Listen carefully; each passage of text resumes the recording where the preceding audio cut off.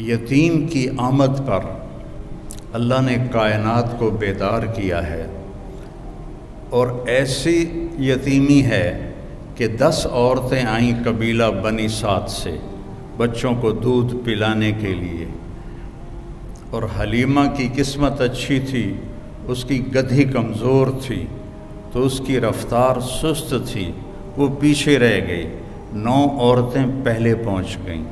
ہر عورت نے یتیم کا پوچھا، یتیم ہے؟ نہیں، سانو پیسہ کتنے ملے گا؟ اگلا بچہ لے لیا۔ دوسری آئی، یتیم ہے؟ نہیں، مجھے پیسے کون دے گا؟ اگلا بچہ لے لیا۔ یتیم ہے؟ مجھے پیسے کون دے گا؟ اگلا بچہ لے لیا۔ اس دن 10 بچے پیدا ہوئے تھے، اور ایک روایت میں آتا ہے جس دن اللہ کے نبی پیدا ہوئے اس پورے سال میں پوری دنیا میں، چاہے وہ ہند تھا یا سندھ تھا، اللہ نے ہر عورت کو بیٹا دیا۔ اس پورے سال میں ہر عورت کو اللہ تعالیٰ نے بیٹا عطا فرمایا۔ تو جب سعدیہ آئیں حلیمہ، تو بچے تو سارے جا چکے تھے، تو انہوں نے بھی انکار کر دیا، نہیں میں تو نہیں لینا، میں انہوں پیسے کون دے گا۔ تو جب وہ سارا مکہ پھر گئیں تو بچہ ہی کوئی نہیں، تو ان کے خامن تھے ابو کبشہ، کہنے لگے حلیمہ خالی گود کیا جانا، یتیم کو لے لے چلو، ہمیں اللہ اجر ہی دے گا۔ تو یہ دوبارہ آئیں اور کہا کہ اچھا بی بی آپ مجھے اپنا بیٹا دے دو۔ تو حضرت آمنہ علیہ السلام نے فرمایا یہ بڑے بختوں والا بچہ ہے، تم دیکھو گی اس کے اثرات دیکھو گی۔ تو قحط کا زمانہ تھا، چھاتیوں میں دودھ کا ایک قطرہ نہیں تھا، اور ایک بیٹا ان کا اور بھی دودھ پیتا تھا۔ جو ہی حضرت حلیمہ نے گود میں لیا تو دونوں چھاتیاں دودھ سے بھر گئیں۔ تو وہ بڑی حیران ہوئی، یہ کیا ہوا؟ تو انہوں نے آپ کو دودھ پلایا ایک طرف سے، جب دوسری طرف سے پلانے لگیں تو آپ نے منہ بند کر لیا کہ یہ میرے دوسرے بھائی کا حصہ ہے، میں نہیں پیوں گا۔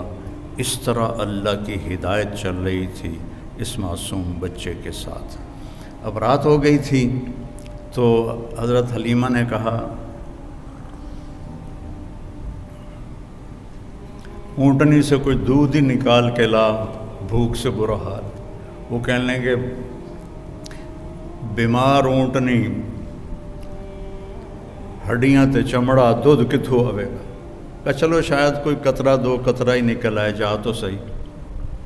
تو وہ برتن لے کر گئے، تو اندھیرا تھا، تو انہوں نے جب وہ تھنوں کو ہاتھ لگایا تو دودھ سے بھر کے نیچے آ چکے تھے ایسے۔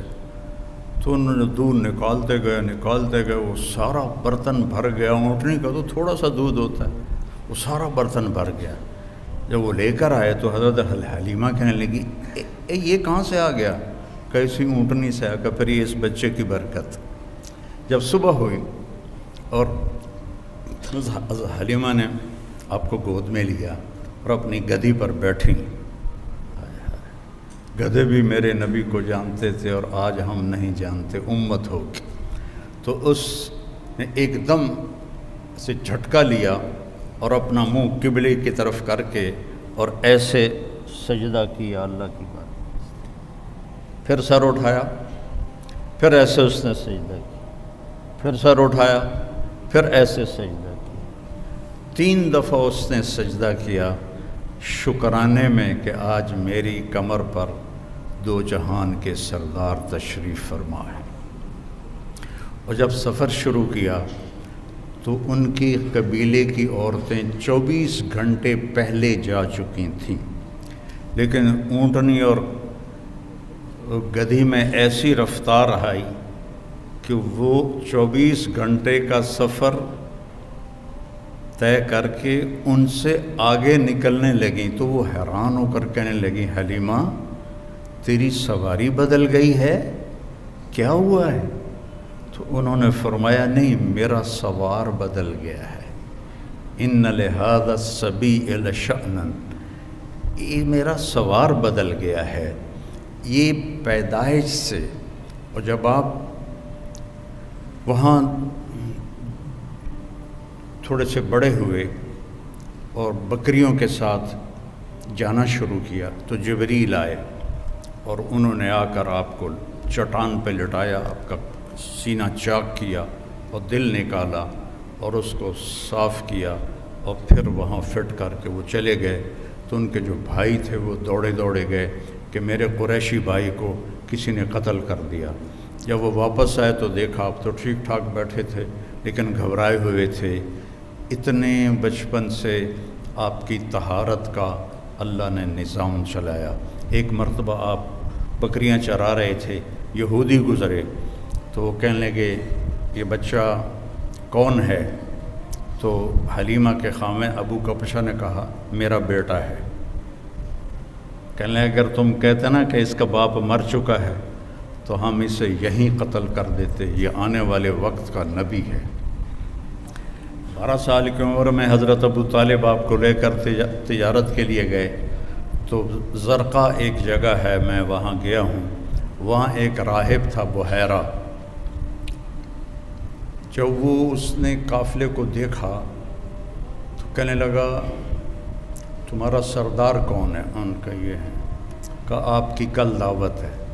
انہوں نے کہا پہلے تو تم نے کبھی ہمیں پانی بھی نہیں پوچھا تو آج دعوت کیوں ہے؟ کہا یہ کل بتاؤں گا۔ اگلے دن اس نے کھانے کا انتظام کیا اور سارے مکے کا قافلہ ایک درخت کی چھاؤں میں بیٹھ گیا۔ جب وہ بحیرہ اس کا نام تھا آیا، اس نے ایسے ایسے دیکھا تو کہنے لگا سارے پورے ہو؟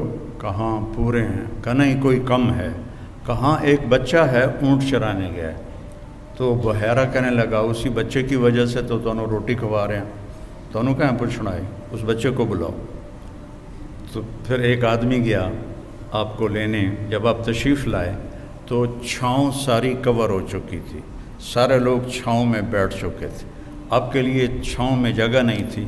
دھوپ میں جو ہی بیٹھے تو درخت کی شاخوں نے آگے بڑھ کر آپ کے اوپر سایہ کر دیا۔ تو وہ بحیرہ یہ دیکھ رہا تھا، تو پھر وہ آیا اور آپ کو کھڑا کیا، کہنے لگا یہ کس کا بیٹا ہے؟ تو حضرت ابو طالب نے فرمایا میرا بیٹا ہے۔ کہا جھوٹ بولتے ہو، میرا علم کہتا ہے اس کا باپ مر چکا ہے۔ تو وہ فرمانے لگے ٹھیک کہتے ہو، یہ میرے بھائی کا بیٹا ہے لیکن مجھے اپنے بیٹوں سے عزیز ہے۔ پھر اس نے آپ کی کمر سے کپڑا ہٹایا تو مہر نبوت تھی۔ تو وہ کہنے لگا اس کو یہیں سے واپس لے جاؤ، یہ آنے والے وقت کا نبی ہے، اگر یہودیوں نے دیکھ لیا تو اسے قتل کر دیں گے۔ تو ابو طالب نے وہیں اپنا سامان بیچا، شام بھی نہیں گئے اور وہاں سے واپس چلے گئے۔ ایک دفعہ حضرت عمر رضی اللہ تعالیٰ عنہ تجارت کے لیے شام گئے تو وہاں ان کا جھگڑا ہو گیا، تو ایک شامی سردار نے ان کو گرفتار کروا لیا اور اپنے وہاں غلامی میں لے لیا۔ تو حضرت عمر رضی اللہ عنہ 2-4 دن ٹھہرے، پھر موقع پایا اور اس کو مارا ڈنڈا، شامی سردار کو، وہ مر گیا۔ تو ان کو پکڑنے لگے تو وہ بھاگے۔ اب یہ بدو آدمی تھے، ان کو وہ شہری پکڑ ہی نہیں پا رہے تھے، تو آگے جب گئے تو ایک پادری کھڑا تھا گرجے کے دروازے پر، اس نے حضرت عمر کو آتے دیکھا تو ان کو دور سے بلایا، ان کو اندر لے لیا اور دروازہ بند کر کے کھڑا ہو گیا۔ پیچھے سے مجمع آیا، جی آپ نے کوئی بدو تو نہیں دیکھا یہاں؟ کہا کوئی نہیں ہے، چلو بھاگ جاؤ۔ چلے گئے۔ وہ اندر آیا، کہنے لگا کون ہو؟ کہا میں عرب ہوں۔ کہاں سے آئے ہو؟ کہا میں مکہ سے آیا ہوں۔ کہنے لگا تمہارے شہر میں کسی نے نبی ہونے کا دعویٰ کیا ہے؟ ان کا نہیں۔ کہا ان قریب تمہارے شہر میں ایک نبی ہونے کا دعویٰ کرے گا، وہ آخری نبی ہوگا اور تیرے مقدر میں اس کا ساتھی بننا لکھا ہوا ہے، اور تیرے مقدر میں اس ملک کو فتح کرنا لکھا ہوا ہے۔ تو مجھے یہاں تحریر لکھ دے کہ جب تیری فوجیں میرے ملک کو فتح کریں گی تو میرے گرجے کو نہیں گرائیں گی۔ حضرت عمر کہنے لگے حضور میری غربت دا مذاق نہ اڑاؤ، میں تو اتنے مزدوری کرن آیا روٹی واسطے، تجھے میں نے بادشاہ بنا رہے ہو. وہ کہنے لگا تو تجھے کیا فرق پڑتا ہے, تو لکھ دے, چاہے میں جھوٹ ہی کہہ رہا ہوں تو لکھ دے. تو حضرت عمر نے لکھ دیا کہ جب میری فوجی آئیں تو اس کے گرجی اور اس کو کچھ نہ کہا جائے, اور حضرت عمر لکھنا جانتے تو سائن کر دیے. پھر جب حضرت عمر کے زمانے میں ملک شام پر لشکر کشی ہو رہی تھی تو پھر آپ نے وہ خط حضرت ابو عبیدہ کو دیا کہ اس راہب کی آپ نے حفاظت کرنی ہے. اتنا پہلے آپ کی آمد کی نشانیاں ظاہر ہونا شروع ہو چکی تھیں. آپ درخت کے پاس سے گزرتے تھے, درخت کہتا تھا السلام علیکہ یا رسول اللہ. آپ پتھر کے پاس سے گزرتے تھے, پتھر کہتا تھا السلام علیکہ یا رسول اللہ.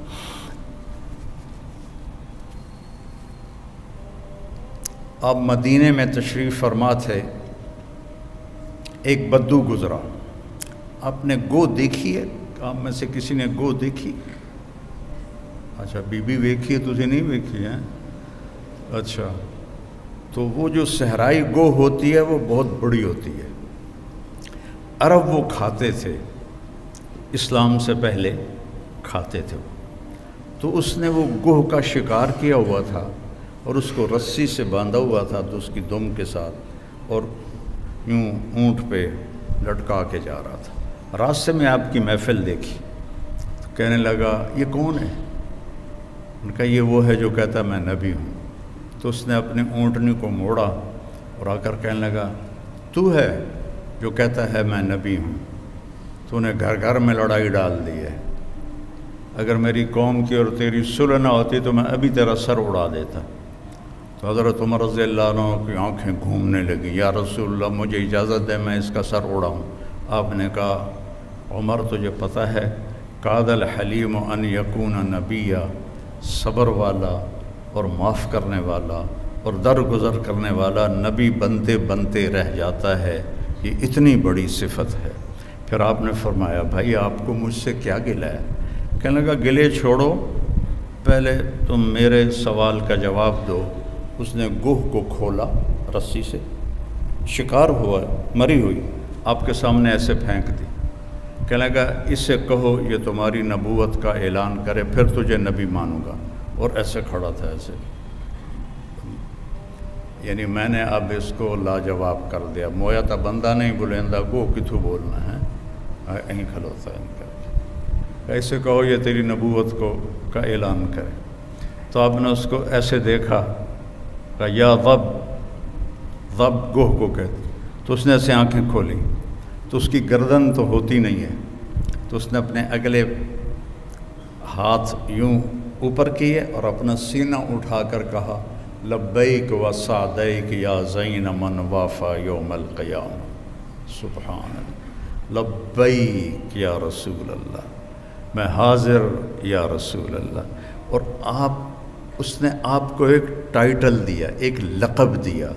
میرے پاس ایک کتاب ہے جس میں 1375 نام ہیں ہمارے نبی کے, القاب ہیں. نام تو محمد و احمد ہے, باقی لقب ہیں. تو اس میں ایک علامہ سندھی ہیں, انہوں نے جمع کیے تھے.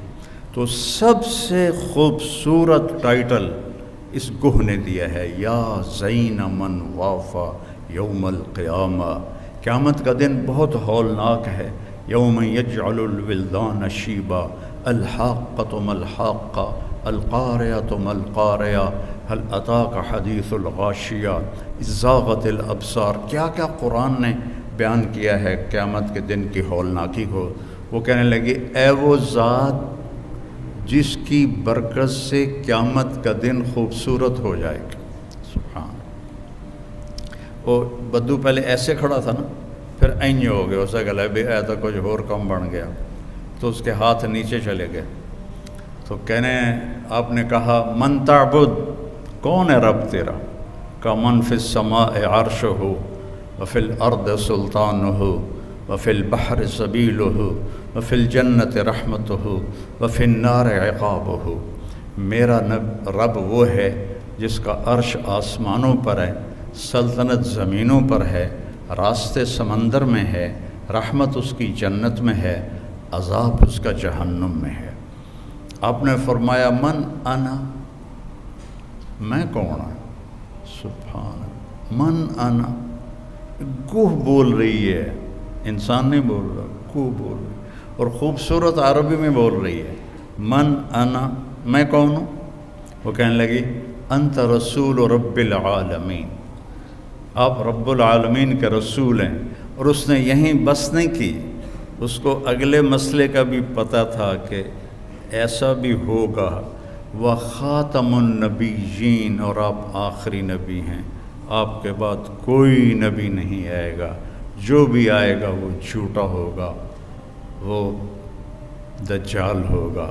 وخاتم النبیین قد افلح من صدقک، جو آپ کی پیروی کرے گا وہ کامیاب، وقد خاب من کذبک، اور جو آپ کے راستے سے ہٹے گا وہ ہلاک و برباد۔ تو آپ نے فرمایا دس بھائی ہن کی صلاح ہے؟ کہنے لگے گو کلمہ پڑھ گئی، ہوں میں کیوں نہ پڑھا؟ پھر اس نے بھی کلمہ پڑھا اور وہ ایمان لایا۔ اللہ نے ایسے میرے آپ کے نبی کی نبوت کو کائنات کی ہر چیز کے اوپر اس کی مہر لگا دی۔ جبریل سے آپ نے فرمایا میں جو رحمت للعالمین ہوں، میری رحمت سے تجھے کیا حصہ ملا ہے؟ جبریل تو عرش کے نیچے ہوتے ہیں۔ کہ یا رسول اللہ مجھے بھی ڈر لگتا تھا کہ کہیں میں دوزخ میں نہ چلا جاؤں۔ تو جب اللہ نے آپ کے قرآن میں میری تعریف کی، انہ لقول رسول کریم ذی قوت عند ذی العرش مکین مطاع ثم امین، تو اس کے بعد مجھے تسلی ہو گئی کہ میرا اللہ مجھے دوزخ میں نہیں ڈالے گا۔ آپ کی رحمت للعالمین عرش سے جا کر ٹکرا رہی ہے، عرش کے اوپر تو پھر اللہ ہے، عرش کے ساتھ جا کے ٹکرا رہی ہے۔